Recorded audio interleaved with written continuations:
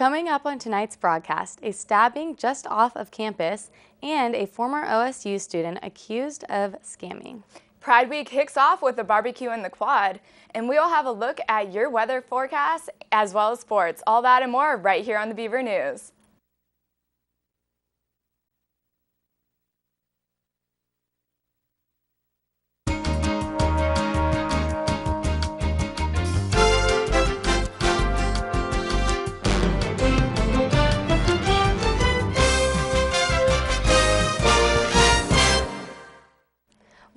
Welcome back to the Monday night edition of the Beaver News. I hope everyone was able to enjoy the beautiful weather today. I'm Courtney Cossette. And I'm Brittany Mangold. Students of Oregon State University received warnings via email over the weekend about a stabbing incident that occurred around 11 p.m. on Thursday, May 3rd. I was able to get an interview with the victim, 25-year-old Justin Broush, who is a student here at Oregon State and was just released from the hospital yesterday at 2 p.m. after being there since Thursday night. Broush was transported to Good Samaritan Hospital in Corvallis after police responded to the 911 call on Northwest Kings Avenue, where Broush had been stabbed 3 times by an unidentified suspect.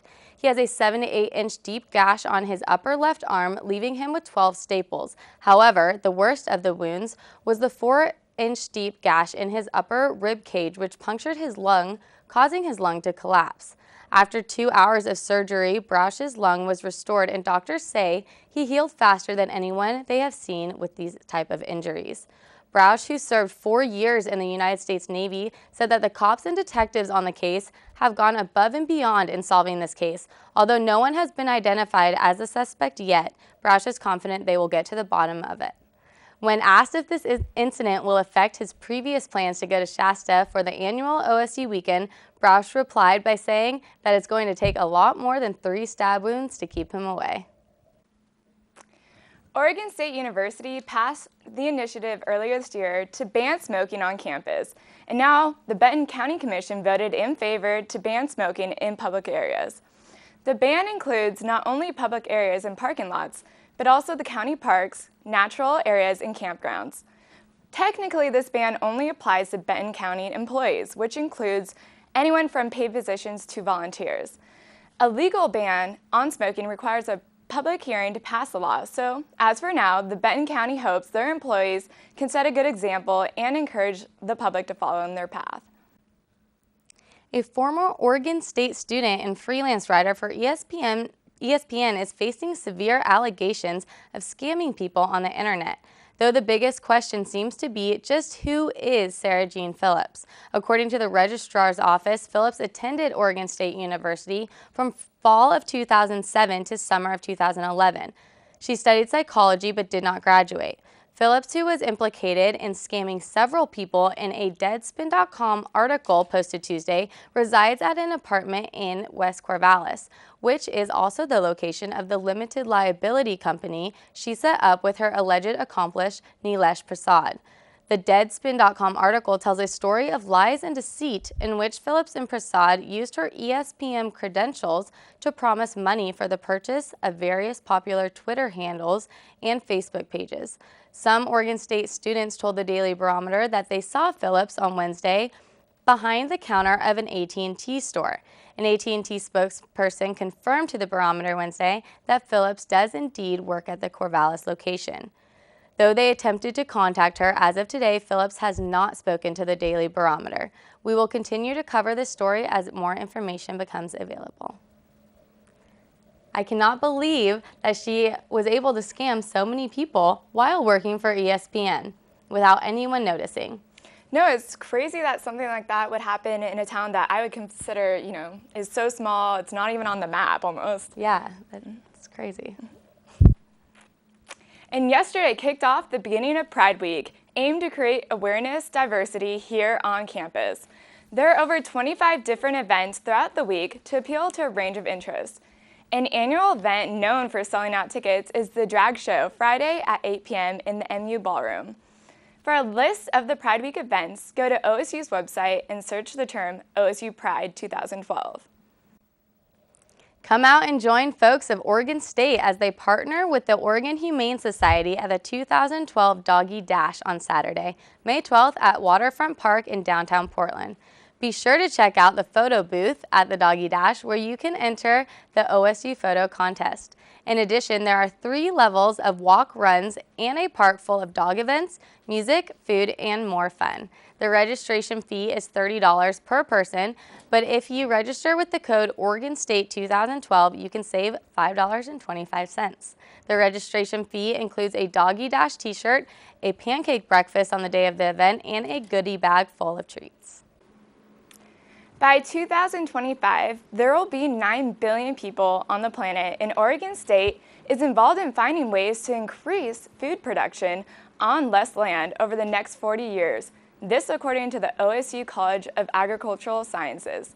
You can discover how the College of Agricultural Sciences plans to feed the future by joining them in the MU Quad tomorrow from 9 to 5 p.m. for the Agricultural Awareness Day. Today was the opening of Cara Tomlinson's exhibit of paintings and installations featured in Fairbanks Gallery. Tomlinson has exhibited her work nationally in museums and galleries. She has received numerous National Artist Residency Fellowships as well as an Individual Artist Fellowship from the Oregon Arts Commission. Her paintings are concerned with the process of construction, how houses, paintings, and bodies are made. In the last few years, the extent of Tomlinson's studio practice has expanded to include not just painting, but drawing, video, installation, and sculpture. Make sure to go check out her work at the Fairbanks Gallery, which is free to the public and open from Monday through Thursday, 8 a.m. to 5 p.m., and Fridays from 8 a.m. to noon. The exhibit ends May 30th. Last Thursday, one lion at the Oregon Zoo received her 5 minutes of fame when a video of the lion went viral. She was attempting to paw her way through the glass barrier to reach a 1-year-old who was wearing a black and white striped sweatshirt, making him appear as a young zebra. In other zoo-related news, the Oregon Zoo is hosting the annual Zoo Brew event on June 1st. Zoo Brew is an event for those 21 and older, and over 20 breweries are present for beer tasting, in addition to carnival games and other attractions at the zoo. Tickets are currently available online at the Oregon Zoo's website. Oregon State University will recognize Joyce Carol Oates on Wednesday, May 9th at 7:30 as the first recipient of the Stone Award for Lifetime Literary Achievement. Oates will give a free public lecture beginning at 7:30 at the CH2M Hill Alumni Center on the OSU campus. Oates is the author of books in several genres. The Stone Literary Award was established in 2011 with a $600,000 commitment from OSU College of Liberal Arts alumnus Patrick Stone. The biannual award is presented to a major American author who has created a body of critically acclaimed work and has been seen as a dedicated mentor to young writers. A book signing and reception will follow her lecture. It didn't end up getting quite as warm around town as originally forecasted, but it was still such a great day to enjoy the sun outside. For a look to see what we should expect later in the week, and if the sunshine is here to stay, we go to Spencer Smallwood.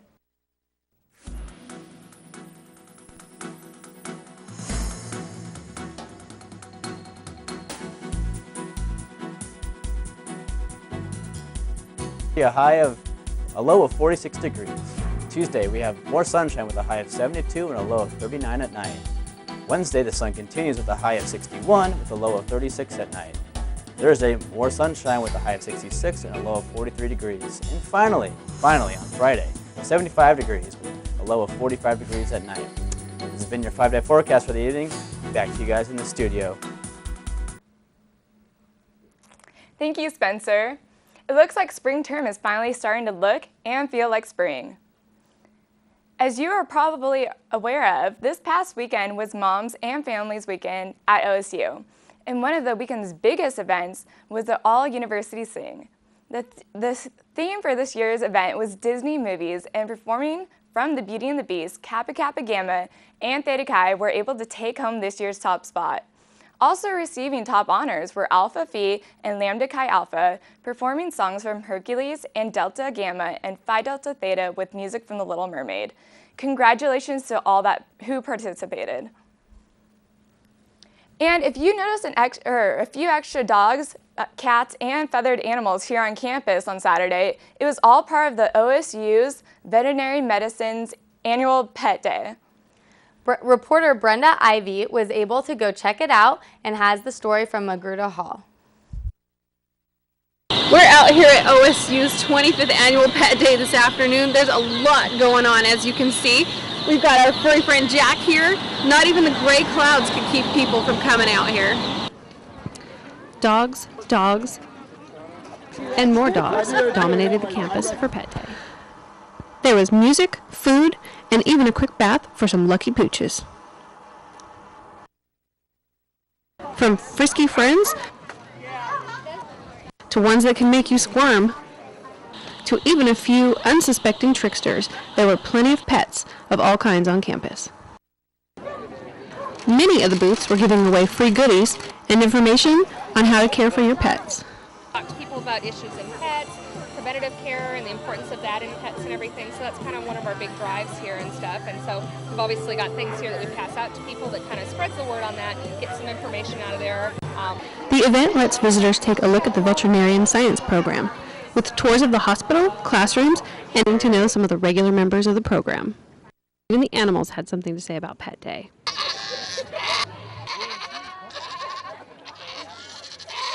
Calendar, because Pet Day is an annual event. In Corvallis, Brenda Ivy, KBVR. Thanks, Brenda. Certainly did look like a lot of fun. Beetle Mania is coming to Corvallis Science Pub on May 14th with Chris Marshall, curator of the Oregon State University Arthropod Collection, bringing the fascinating world of beetles, their history, behavior, and ecology by showing examples of unusual beetles from around the world and discuss ways in which the Oregon State Arthropod Collection is helping scientists and the general public learn about the amazing beetle fauna here in the Pacific Northwest. As a young scientist at Reed College, Harvard, and then Cornell, Marshall dug for treasure in insect collections and joined an expedition to Costa Rica.